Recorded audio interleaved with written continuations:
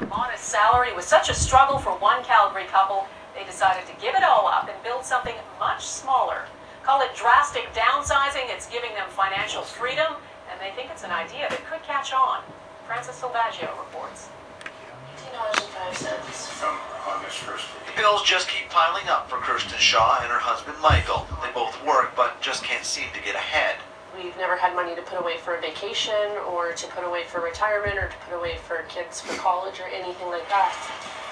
So for us, we had to do something drastically different, and this is our drastic. This is downsizing to the extreme, trading a full-size home and all of its contents for a tiny mobile house about the size of a trailer.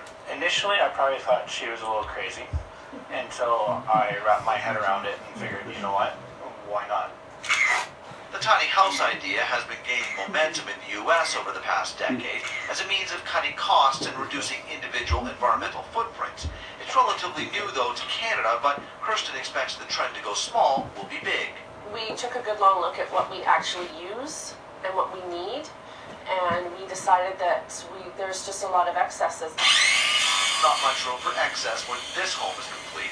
As many as 6 family members will share around 200 square feet of space, plus a converted van, slowly being hand-built in the couple's backyard with scrap wood and material they can afford at the end of each paycheck. It's going to look just like your normal modern house would look. Except you can move it. Yeah. If you don't like your neighbors, leave. The tiny house will cost nearly 30 grand to build, but will save them so much more in the long run. We figure we're going to be paying about $2,000 a month less after rent and bills and, you know, all those expenses, and that's just going to be savings. They have no target date for completion or really a plan for where they'll travel and park their little living space. All they know is they can't wait to hit the road and leave their problems behind. I see it as a really fun adventure. I don't see it as a sacrifice at all.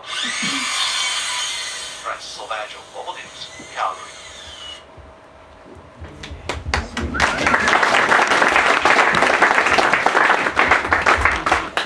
So that week was a lot of fun. It was a crazy week. We also had 4 radio interviews and a couple other news pieces. But they got all the facts straight. It's amazing how the media, we all know that, messes up the story. But it's changed quite a bit since then. That was filmed in September. We're not going to be traveling right now. We're still going to be living in this. It doesn't quite clarify. It actually is two separate buildings. The truck that you saw is pretty darn close to being finished on the inside. We've got our little compostable toilet in there. We've got sleeping space. We are planning on being off-grid, and the truck is basically going to be my son's living quarters. And then the trailer that we haven't even started yet, and you kind of saw it in the clip there, we have a big 24-foot trailer, which my husband wasn't using anymore for his business, and no one wanted to pay us what we felt it was worth for it, because it's massive, and no one needs a trailer that big. So a friend that I work with gave us this idea about tiny house, and it was really exciting. So to tell you a little bit where we come from, because it was mentioned there in the clip, we'll be married 10 years this June. He's got 3 children from a previous marriage. I have 1 child. We chose not to have any children together because 4 is enough. Michael has twin boys that are 15, and my lord, they eat a lot. And then his daughter and my son are both 13. So did we really want to add a little infant to the mix? I wasn't too sure about that. So, but on the other side of that is kids are expensive, right? We got 4 kids we're looking at educating. So the other side of it is that in our almost 10 years of marriage, Michael being in the construction industry, myself bouncing around to a lot of different jobs, we could never get ahead. It was just crazy. We've been in bankruptcy a couple times each, and so owning a home was never going to be a reality for us, being that we could never put any money aside. So this was a real fix for us.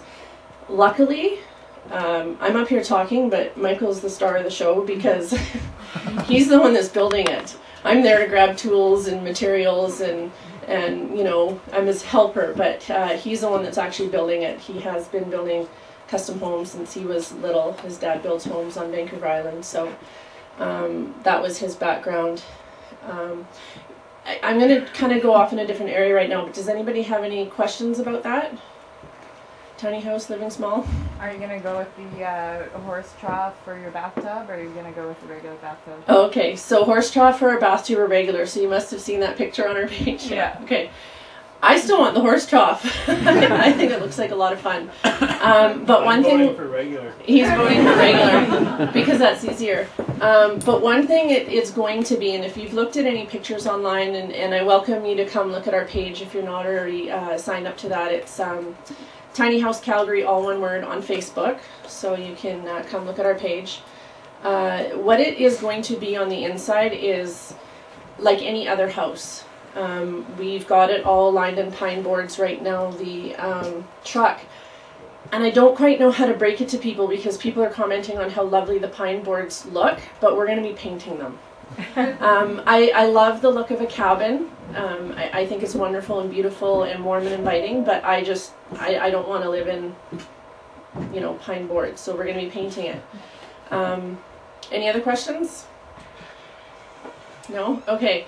So where this has enabled us to go in a little bit of a different direction, and sitting here, seeing the crowd, listening to the other people speak, I have kind of decided that I'm going to make a bold statement and let you guys know where I am in life right now. And Michael would be there right behind me, but he has children that he has to, well, his ex-wife takes him to court a lot, so he has to be able to exercise his privileges within the system to maintain that relationship with his children.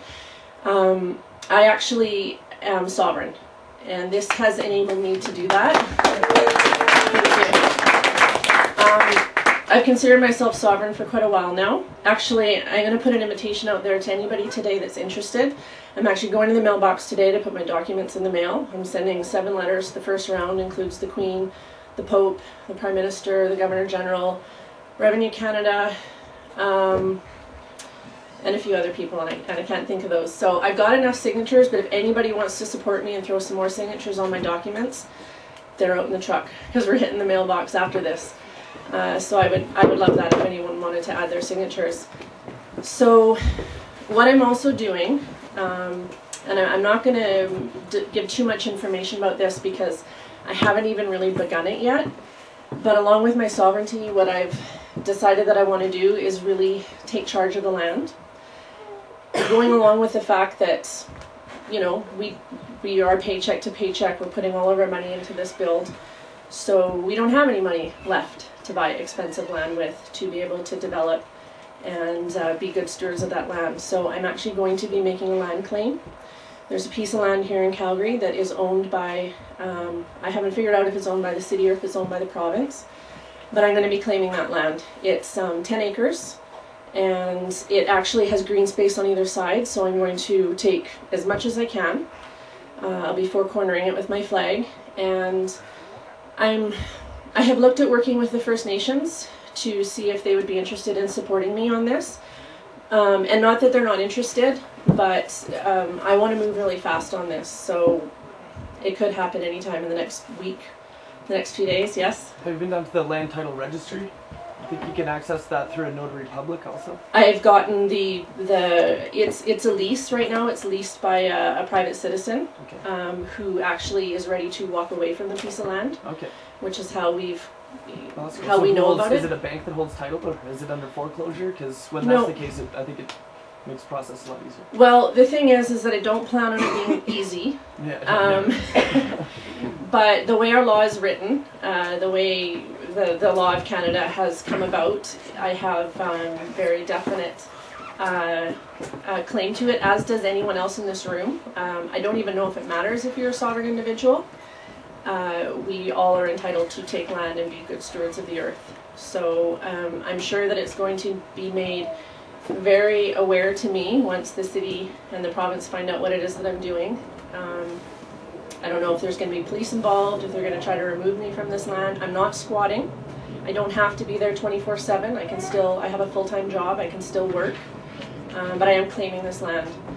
And then listening to all these other people talk, I'm getting all sorts of great ideas. I also want to make it a sustainable community.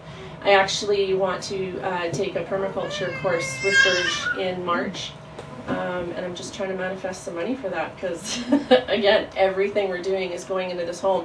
We have to get this truck finished so that I can go live on the land, because although I'm not squatting, I do have to live on it. It has to be my domain. So, any more questions about that? Way to go.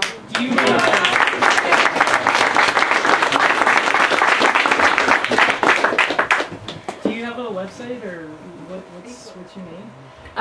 Well, the question is, do I have a website? So I don't have a website as far as sovereignty is concerned. My name is Kirsten in the Shaw clan. Considering I am not my name, so anybody that's looked into sovereignty, they might understand that. I am, but I'm not my name, but I do go by Kirsten. Probably the best thing to do if you want to contact me is go through the tiny house page. I'm not techie. I'm not into computers. Michael and I both work full-time, and again, we're putting every spare moment into this project. We would be there today. In fact, we're going to be installing windows this afternoon and moving that along. So no, I don't have a web page yet, but I've got some really good resources, some directions that I could point you in if it's something you're interested in finding out about. Any other questions? Yes? Can you just ask the room how many other people are interested in claiming their personal sovereignty? Yeah, absolutely. So the question is, who's interested in claiming sovereignty? I see almost all hands up. A good half of you anyways. Can I add something really quick? I'm actually a couple weeks out from starting up a study group and a support group for people to engage these sort of things with each other, because I have resources, perspective, and time to share with the community. All right, so the comment is that this fellow here, what was your name? Marty. Marty is setting up support groups for sovereignty. How do we find where it is? I'll let you know through Facebook, Evolver, Calgary, all that sort of stuff. All right. Thank you. I have a minute. Any more questions? Yes? Where's your little piece of property in the city on that? Well, I don't think I feel comfortable yet divulging, but it is very, very central in Calgary. It's 2 kilometers from where I work, so I'm excited about that because I won't have a driver's license. The powers that be don't know that you don't need one, so they make it difficult for you when they pull you over and you don't have a piece of paper to show them. So that'll enable me to walk back and forth to work. So I think my time's up. Thank you very much.